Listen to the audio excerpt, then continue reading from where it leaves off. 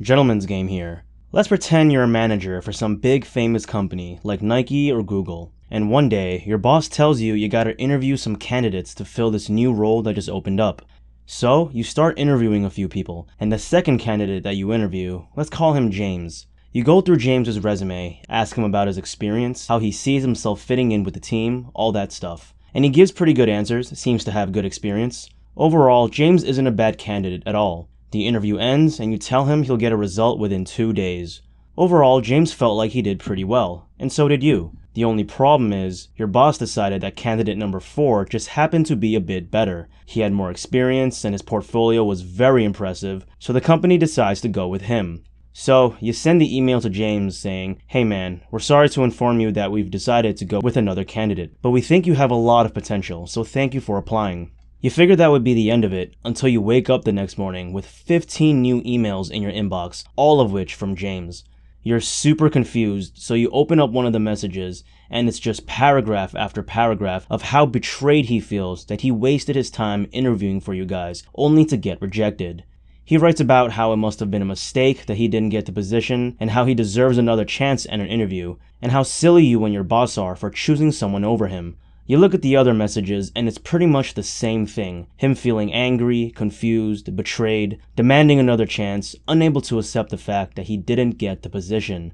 Now, how ridiculous does James look in this situation? I mean, he spent all that time and energy lashing out at a company for rejecting him instead of doing anything productive. He could have accepted the result and applied to other jobs, or gotten feedback on why he didn't get the job, anything. But instead, here he is, wallowing in his own pity, getting all angry and aggressive for no reason. Now, what if I told you that how absurd James looks in this scenario is exactly how you look like when you get hung up on a girl that's not into you? I notice so many guys that I coach all make this mistake of getting hung up on a girl who doesn't reciprocate interest. They'll single out one woman to devote all their attention to instead of using that energy to find someone who's also attracted back to you. Guys, let me tell you, if you're single and trying to get a girlfriend, then one thing you should never do is to get hung up on a girl who hasn't even earned it. I admit, this is something I used to do as well. I vividly remember all the cringy moments in high school and college where I'd get hung up on a particular girl I had a crush on, only to have her later reject me.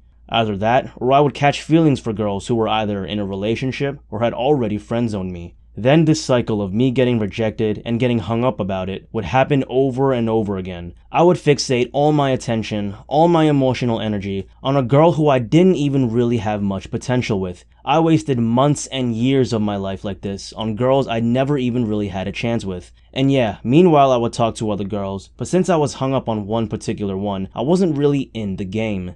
Let me explain something. Yes, you can learn game. You can learn to attract more women by learning how to say and do the right thing at the right time. But there are certain girls where no matter how smooth you are, no matter how much game you have, will for one reason or another simply be unavailable. And it's your job as a man to identify and be able to recognize situations when no matter what you say or do, you two simply don't click. And to stop wasting time on something that was never meant to be. When you get hung up on a girl who hasn't even earned it, it means you're being needy. It means you probably don't have many other options, so you're scared to lose her. But the truth is, you have a lot of options. In fact, from a statistical standpoint, there are probably more hot, single girls in the world than you could ever possibly ask out. The girl of your dreams is out there, and not only that, but she also wants you. But here's the catch. You have to be in the game looking for her, not wasting your time sulking over a girl that rejected you. Let me ask you this. Do you think guys like Leonardo DiCaprio or Tom Cruise get fixated or hung up over one particular girl when they're single?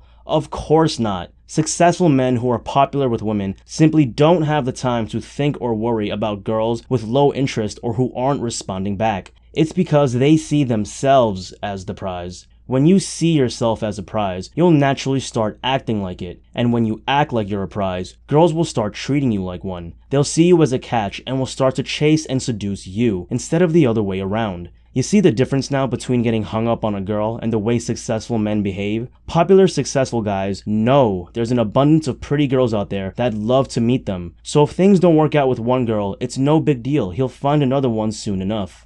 The key to all of this is that you have to develop a mindset where you only spend your time with girls who are highly attracted to you. I mean, think about it. The more attracted to you a girl is, the more fun she's gonna be while you two are dating. On the other hand, the less attracted to you she is, the more effort you're gonna have to put in to make her laugh and feel comfortable. So the next time you approach a girl, do so while trying to find out how interested in you she is. Obviously, there'll be girls who are standoffish at first, but warm up to you if you're being confident and fun. And in my experience, you can usually find this out within 10 minutes. If you could tell she's into you by this point, then go ahead and try asking for her number or making plans for a date. But if by 10 minutes she's still not interested, then just go on and find someone who is. It really is this simple. Guys will spend the whole night trying to convince a girl to like them while being completely oblivious to the fact that she's just not interested. Even worse, they lash out like James did in our story and take their frustrations out on the person that rejects them. So remember guys, never be a James. Stop getting hung up over girls who you simply weren't meant to be with and go out and meet the ones that'll actually like you back. Once you learn to gauge your attraction level, you won't have to waste time going on 10 dates to find one woman interested in you. You'll know right away if you should take some more time with her or move on to someone else.